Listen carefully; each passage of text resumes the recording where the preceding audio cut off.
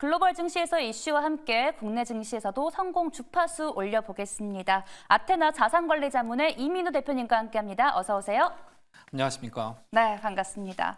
정말 내일부터 빅 이벤트들이 줄줄이 예정돼 있습니다. 투자 포인트 잘 잡으셔야 될 텐데요. 첫 번째 이슈부터 화면으로 만나보겠습니다.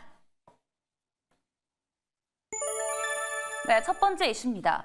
기술주의 시대, 대만은 대마입니다. 최근에 이 반등에 성공한 엔비디아도 그렇고 기술주 다시 한번 존재감을 드러내고 있습니다. 최근 흐름 어떻게 보고 계실까요? 네, 지난주에 많이 내려와서 이번 주 주초까지 약간 무서운 공포 분위기가 좀 있었잖아요. 네. 그러면서 여러 가지 말들이 있었죠. 지난주부터 버블 아니냐.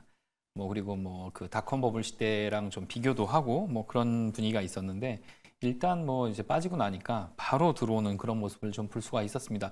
이거를 보면 지금 앞에 보신 대로 기술주의 시대가 맞는 것 같고요. 대만은 역시 대만인 것 같아요. 그래서 지금 엔비디아가 약간 흘러내리는 그런 분위기를 좀 보이고 있지만 어저께 많이 급등을 했기 때문에 이건 어쩔 수 없다 이렇게 좀 볼 수가 있겠습니다.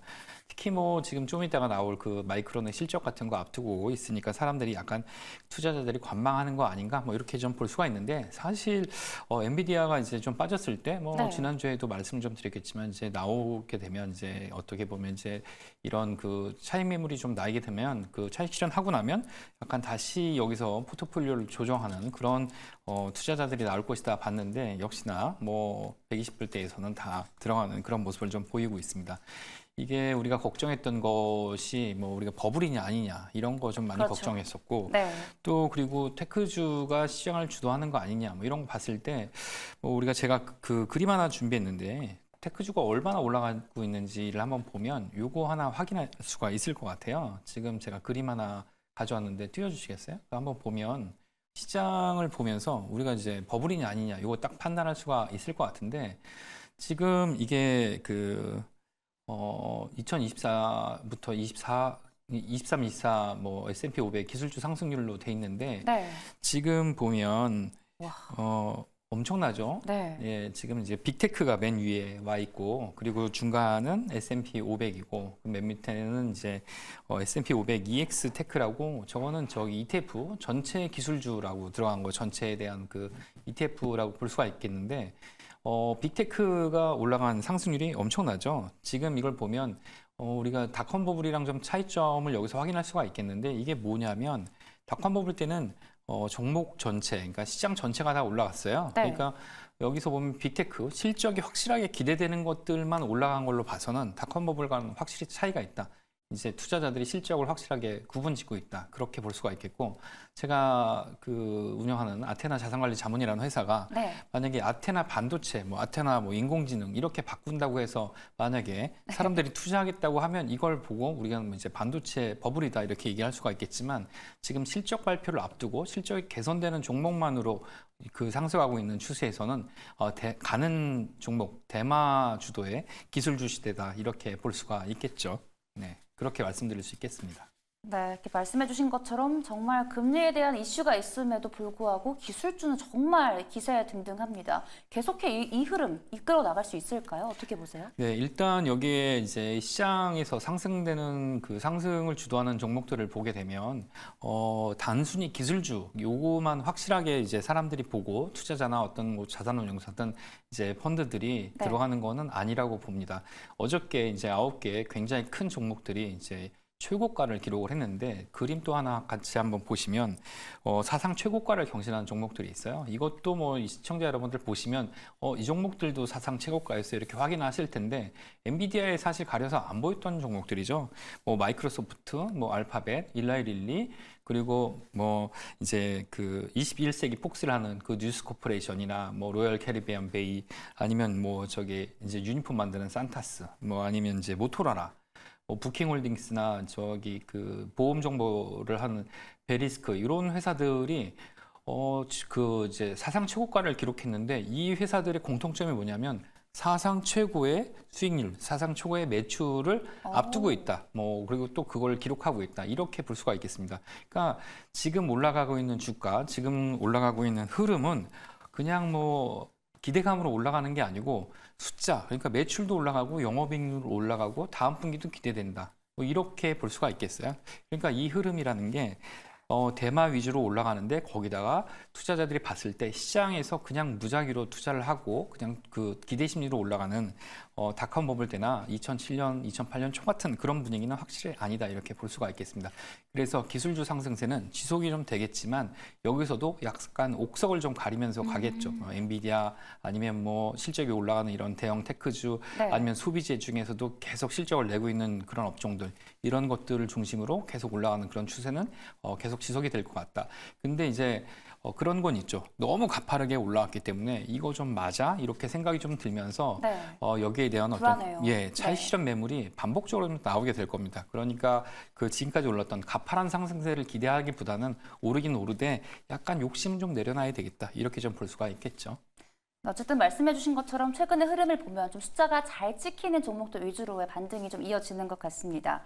어떻게 보면요, 최근에 글로벌 증시에서의 슈퍼 갑이 엔비디아 아니겠습니까? 예, 그렇죠. 그런데 어떤 회사들에게는 슈퍼 을이기도 하다면서요? 예, 그렇죠. 글로벌 증시에서 슈퍼 갑이라는 건 이제 그 세계 증시에 투자자들의 돈을 많이 빨아들였기 때문에 주목되는 것은 엔비디아였다면, 이제 엔비디아는 판매를 하는 회사잖아요. 그러니까 네. 이제 엔비디아에게는 이제 엔비디아는 셀러고 바이어가 되는 회사들이 있는데 엔비디아 앞에 줄을 서 있습니다. 말하자면 사겠다는 사람들이. 그렇죠. 그거 얼마나 좋을까요? 저한테도 이제 컨설팅 의뢰나 뭐 자산 운영에 대한 의뢰가 계속 들어온다 그러면 정말 좋을 텐데 골라서 이제 받을 수 있으면 그런 입장에 있는 회사가 엔비디아인데 네. 엔비디아도 사실 반도체를 만들거나 할 때 자기가 원하는 대로 반도체를 만들 수 있으면 다 좋겠지만 뭐 TSMC에서 뭐 캐파도 부족하고 TSMC는 그 이제 후방에 같이 달아야 되는 뭐 HBM도 원하는 만큼 하이닉스에서 만들어야 되는 그런 어떻게 보면 이제 연관 산업들이 계속 지속이 돼야 되는데 네. 우리가 여기서 잘 모르고 있는 한 파트가 있는데 이제 엔비디아는 그럼 뭘로 무엇으로 반도체를 설계를 하고 무엇으로 반도체를 만들 것인가 이런 부분이 있어요. 그 생각을 안 해봤네요. 예. 근데 반도체를 만들 때 우리가 이제 손으로 연필이나 볼펜으로 그리는 건 아니겠죠. 이제 반도체 전용 설계 프로그램들이 있을 텐데 예전에는 사람들이 직접 설계를 하고 그랬다고 합니다. 근데 지금 이제 반도체가 너무 작아지다 보니까 반도체를 설계할 때 자동화 프로그램을 쓰게 되는데 일렉트로닉 디자인 이걸 오토메이션 프로그램.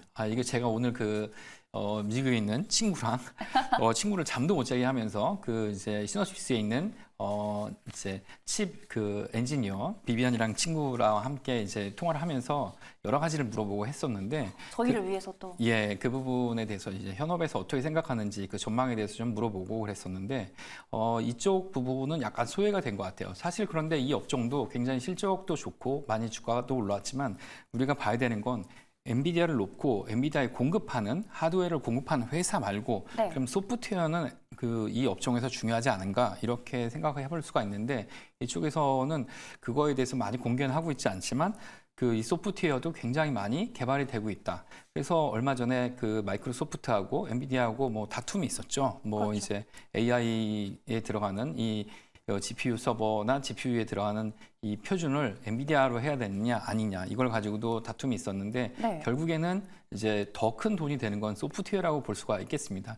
근데 이것을 만드는 뭐 AI 반도체나 머신러닝을 만드는 이런 곳에 가장 그 기본이 되는 게 EDA라고 할 수가 있겠는데 EDA를 만드는 대표적인 회사가 세 군데 회사가 있어요. 말하자면 이제 엔비디아가 공급하는 입장에서의 슈퍼올이면 EDA를 만드는 회사들, 반도체 IP 회사들이 엔비디아에게는 슈퍼올이 되겠죠. 그렇죠. 예, 세계 반도체 회사들은 이 EDA 회사들, 뭐 반도체 IP 회사들의 공급이 없으면 소프트웨어 공급이 없으면 사실 공급이 안 된다고 반도체를 제작하는데 문제가 있다 이렇게 좀 볼 수가 있겠습니다. 네, 그렇다면 지금 전자 설계 자동화 회사죠. EDA에 대해서 말씀을 해주셨는데 엔비디아가 한 달 동안 30% 오르는 동안 이쪽 회사들은 좀 주가 흐름이 어땠을까요? 예, 한 달 동안 30% 넘게 엔비디아가 오른 동안 네. 지금 상승 같이 여력은 갈까요? 아니요, 상승 아니었어요? 아니었습니다. 지금 상장돼 있는 회사는 시놉시스하고 케이던스 디자인이라는 회사 두 군데 회사인데요. 뭐 시놉시스는 한 달 동안 2% 정도 올랐고 케이던스는 5% 정도 올랐습니다. 근데 이게 너무 많이 오른 거다 뭐 이런 애널리스트 분석도 있고 하지만 지난 1년 동안은 더 많이 올랐습니다.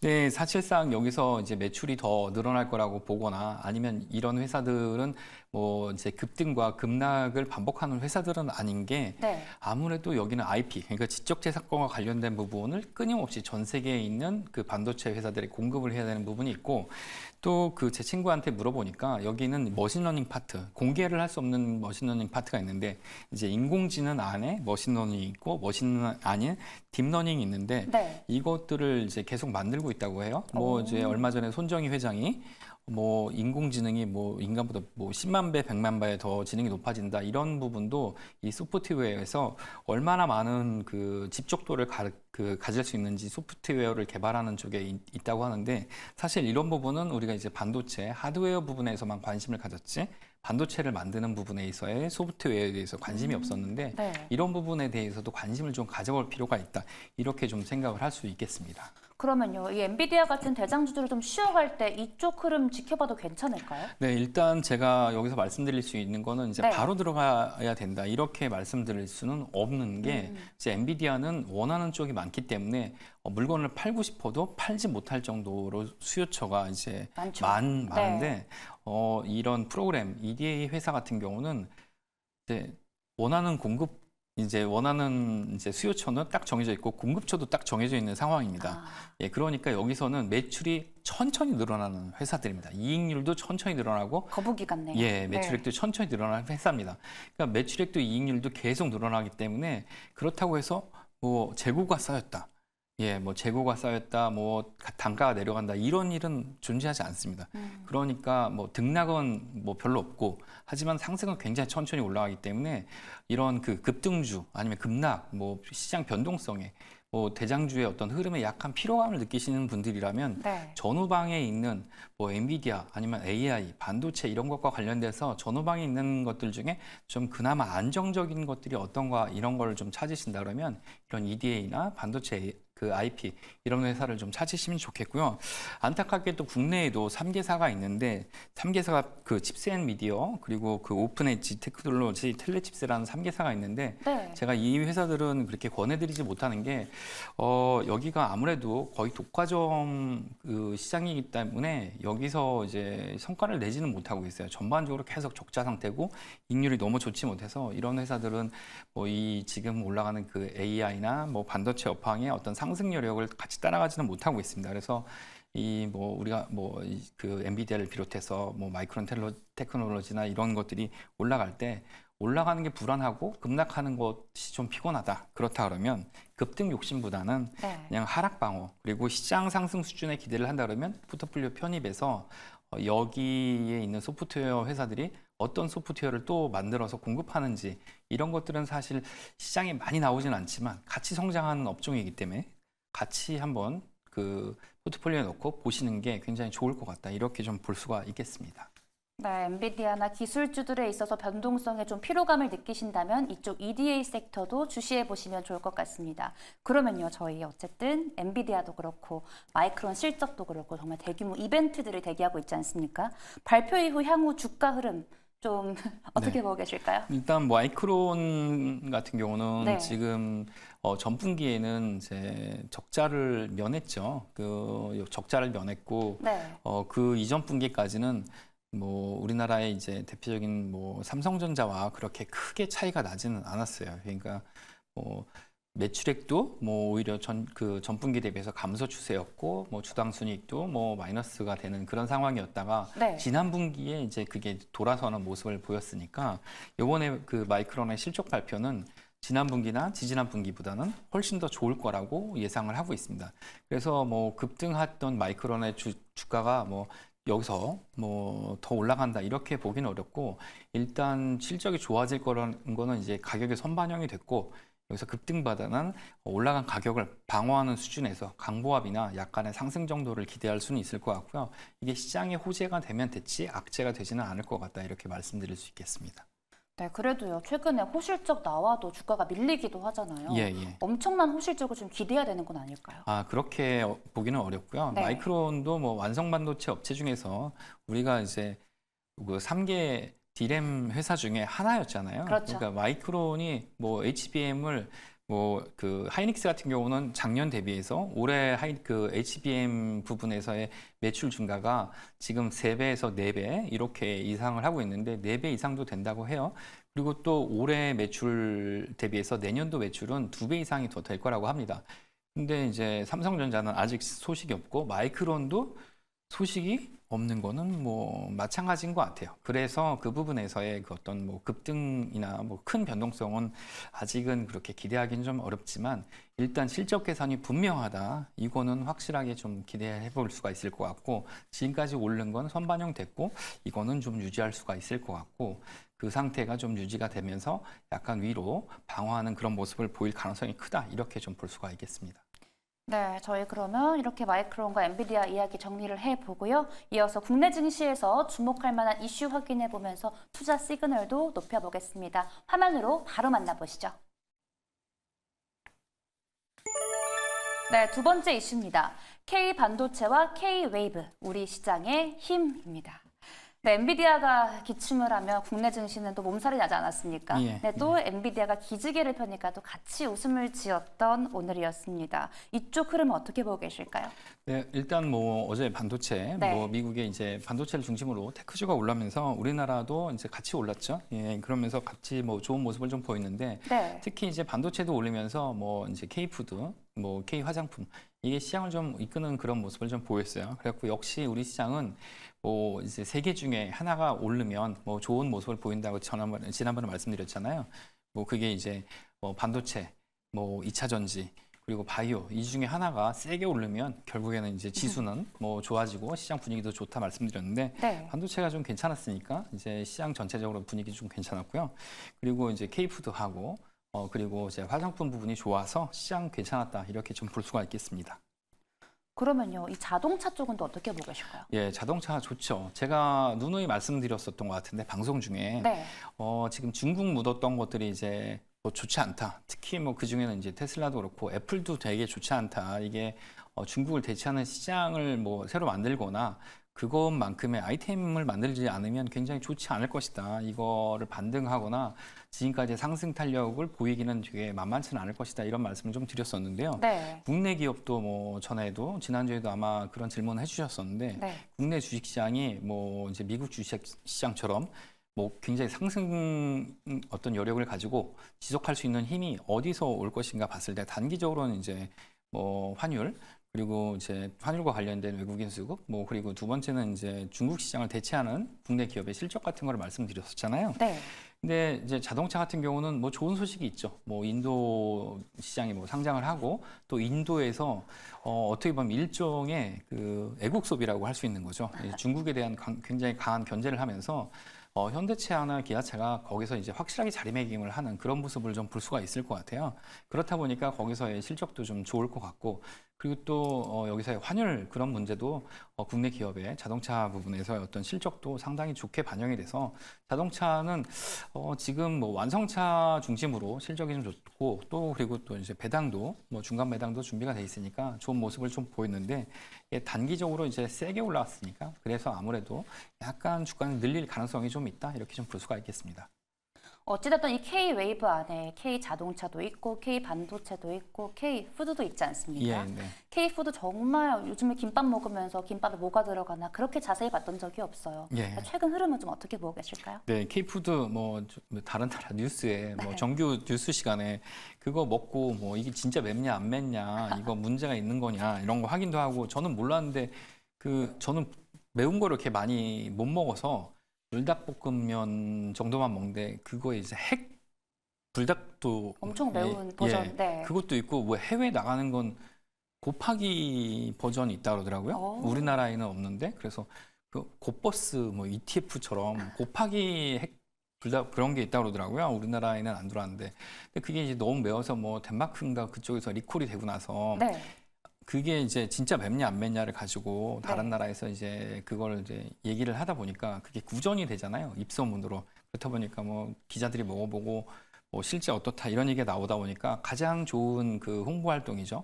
마케팅이 너무 잘 되고 있어서 K푸드는 아무래도 이런 탄력을 계속 탈 수밖에 없다. 이렇게 좀 볼 수가 있겠고 이게 뭐 계속 돌아가는 수급 그런 순환매 장세라고 말씀드렸는데 네. 어떤 게 올라가고 나서 약간 뜸하다 보면 다시 어느샌가 올라오는 그런 모습을 계속 반복해서 보이고 있습니다.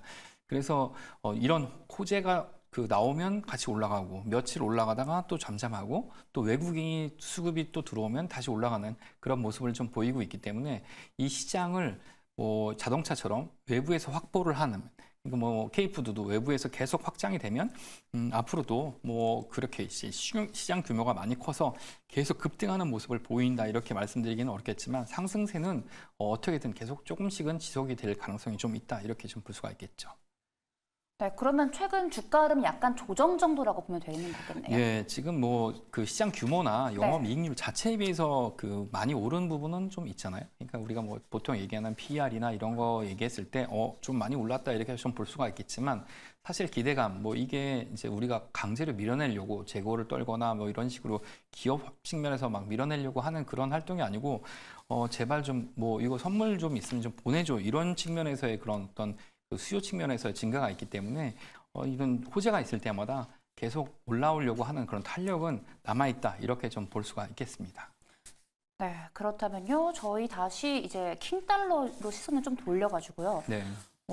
달러 인덱스 최근에 100포인트를 웃돌며 강달러라고 하는데 105포인트가 좀 넘어가고 있다라고 합니다. 예, 네. 계속해서 이런 킹달러 흐름 이어질까요? 네, 105포인트 넘어간 지가 좀 돼서 이게 105포인트가 계속 지속이 되고 있습니다. 이 105포인트 밑으로 뭐 내려오는 모습을 보진 못하는 것 같고요. 이게 원 달러 환율뿐만 아니고 뭐 지금 달러 엔도 마찬가지라서 너무 지금 뭐 엔화가 낮아서 작년에 뭐 이제 엔화 사서 뭐 미국 국채 사는 그런 포트폴리오 많이 넣었던 분들은 좀 낭패를 좀 보시는 것 같아요. 네. 근데 이런 문제가 지금 지속이 좀 돼서 외국인의 수급이 뭐 강하게 들어오기는 좀 어렵다. 이렇게 좀 볼 수는 있겠지만 또 한편으로는 국내 수출 기업의 실적은 또 계속 좀 지속이 되는 긍정적인 영향이 두 가지가 좀 될 것 같아요. 근데 이제 그 달러 인덱스가 높다, 그러니까 강달러가 지속이 된다. 이런 건 아무래도 결과적으로는 세계의 어떤 투자 자금이 이 미국으로 계속 흘러 들어가고 있다는 반증이라고 좀 볼 수가 있겠습니다. 그러니까 이런 상황, 현재 미국의 기술주, 빅테크를 중심으로 올라가는 그런 상황, 그리고 뭐 이런 흐름이 단기에 바뀔까 이런 거에 대한 의문을 가질 수가 있겠죠. 계속 지속될 가능성이 당분간은 있다고 좀 보겠습니다. 그렇다면요. 이렇게 킹달러 흐름이 계속 이어지면 우리 국내 증시에서는 좀 어떻게 대응하는 게 좋을까요? 네, 국내 증시가 네. 이 달러 강세가 이제 강하다니까 이제 글로벌로 강하다 보니까 네. 원 달러 환율이 뭐 우리가 생각하는 1,300원 초반대로 안정적으로 내려오는 거는 기대하기가 좀 어려운 것 같아요. 예, 뭐 이제 1,400원이 넘어가면 뭐 심리적 지지선 얘기해서 금융 당국에서 뭐 개입을 한다 얘기하잖아요.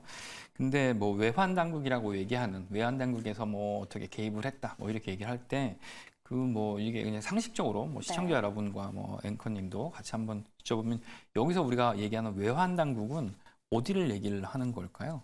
어딜 얘기하는 걸까요? 예, 보통 외환은 이제 한국은행에서 관리를 하잖아요. 그렇죠. 근데 보통 외환 당국이라고 얘기하는 건 기획재정부를 얘기합니다. 기획재정부가 외환을 어떻게 할지를 결정을 해서 한국은행과 뭐 다른 이제 연기금과 함께 원 달러 환율을 좀 조정을 해야 된다 이렇게 얘기를 하는 건데요. 네. 1,400원이 넘어가면 사실 금융 시장이 약간 문제가 좀 생길 수가 있기 때문에 네. 1,400원까지는 그 국가에서 좀 막아주겠지 이런 마음이 있는 거죠. 근데 일단 고환율이 지금 1,380원, 1,390원 이게 계속 지속이 되면 우리나라 증시에 대한 어떤 태도는 외국인이 계속 지속적으로 유입된다 이런 걸 기대하기는 좀 어렵고 나왔다 들어갔다 하는 그런 패턴은 반복이 될 것이다 이렇게 좀 볼 수가 있겠고요. 네. 이 반복되는 건 주가가 어느 정도 올라오면 나갈 것이다 이런 생각을 외국인 수급은 좀 나갈 것이다 이렇게 봐야 될 것 같고 그리고 또 반면에 해외 수출 시장 그리고 네. 또 해외 수출 시장을 새롭게 만들거나 해외 수출 물량이 늘어나고 있는 기업들 같은 경우는 다음 분기 실적 발표가 좋아질 것이다. 이런 건 확인해 볼 수가 있을 것입니다. 다만 이제 우리 물가가 높아지기 때문에 국내 내수 소비 기업 같은 경우는 실적이 별로 좋지는 않겠죠. 그래서 그걸 좀 구분하신다 그러면 그냥 어디에 이제 투자 포인트를 맞추셔야 될지는 확실하게 좀 구분을 지으실 수 있겠다 이렇게 말씀드릴 수 있겠습니다. 그럼 말씀하신 것처럼 이렇게 고환율, 킹달러 기조가 계속되다 보면 좀 외국향으로 하는 숫자 잘 찍히는 수출주가 좀 좋을 것 같아요. 예. 거기서 탑픽이라고 하기보다는 좀 관심 갖고 계신 종목이 어떻게 있을까요? 네, 일단 뭐 지금 이제 몇 가지가 반복되는 것들을 겹쳐서 말씀드리면 일단 네. 외국인 수급이 좀 있어야 된다. 이렇게 좀 말씀을 좀 드릴 수 있을 것 같고요. 새로운 아이템이 없으면 새로운 시장을 확실히 갖고 있거나 새로운 시장을 극복해가는 그런 업종이라면 그런 이제 기업이라면 네. 아주 괜찮다 이렇게 좀 볼 수가 있겠는데 네. 거기다가 이제 우리나라 K 뭐 웨이브가 붙은 것이라면 좀 긍정적이라고 볼 수가 있겠는데 최근에 너무 급등을 해갖고 이거 제가 너무 늦게 갖고 온 것 같다 이런 생각이 좀 들지만 그나마 그래도 외국인 수급이 계속 지속되고 있어서 제가 오늘 좀 관심을 좀 가져보시면 괜찮지 않을까 생각하는 게 실리콘2입니다. 유통업체죠. 네네. 화장품 유통하는 그 유통업체인데 여기가 뭐 제가 이제 말씀드리는 몇 가지가 이제 공통되는 모습을 좀 보이겠는데 일단 외국인 수급이 최근에 계속 들어오고 있는 모습을 좀 보이고요. 개인도 계속 그 수급이 늘어나는 모습을 좀 보이고 있습니다. 또 그리고 뭐 아시다시피 그 K 화장품, K 웨이브의 이제 영향이 계속 지속되고 있는데 제가 방송 들어오기 전에 저희 작가님이랑 제 친구 이제 LA에서 모델을 하고 있는 나탈리라는 친구에 대해서 얘기하고 있었는데 그 여자 모델이 저한테 피부가 좋다는 거예요. 뭐 요즘에 이제 방송이 너무 늦게 끝나갖고 이제 네. 뭐 잠을 잘 못 자서 엉망이지만 그 친구가 저한테 밥을 먹으면서 한국 화장품을 추천해 달라 그런 얘기를 했었는데 제가 뭐 그냥 아무거나 그냥 쓰는데 뭐 저 올리브영 같은 데 가서 추천해 준 그냥 아무거나 쓰는데 제가 그 친구한테 뭐 이런 거야 하고 알려줬었지만 뭐 그러면서 이제 네가 파티만 그 파티 가서 밤새면서 술 마시는 것만 끊어도 더 좋을 것 같다 이런 얘기를 했었지만 사실 그만큼 이제 한국 화장품에 대한 환상이라보다는 사실이죠. 한국 화장품 좋습니다. 네, 한국 화장품에 대한 그런 수요가 계속 지속된다는 거 그런 거를 좀 타고 있고요. 그리고 또 화장품 수출 증가 대비해서 매출 성장세가 되게 좋습니다. 그 실리콘2가 그리고 물류 창고를 확보하고 해외 법인의 지분도 확보했다는 그런 희소식이 좀 있고 한데 이건 네. 공시로 나왔는데 실제로 이게 어떻게 매출 신장으로 늘어날지는 모르지만 확실하게 숫자로 지금 영업이익이 늘어나고 매출도 늘어나고 있는 것들을 보이고 있어서 지금 최근에 급등세가 선반영된 거긴 하지만 그래도 지금까지의 흐름이 계속 지속된다 그러면 지금 뭐 고가긴 하지만 나쁘지는 않을 것 같다 이렇게 좀 볼 수가 있겠습니다. 네, 외국인의 꾸준한 매수세도 들어오고 어떻게 보면 K 화장품의 바로미터라고 불릴 수 있는 실리콘2 만나봤습니다. 저희 시장의 다양한 이야기들과 함께 투자 포인트 만나봤습니다. 오늘은 여기서 보내드릴게요. 아테나 자산관리자문의 이민우 대표님과 함께했습니다. 오늘도 고맙습니다. 감사합니다.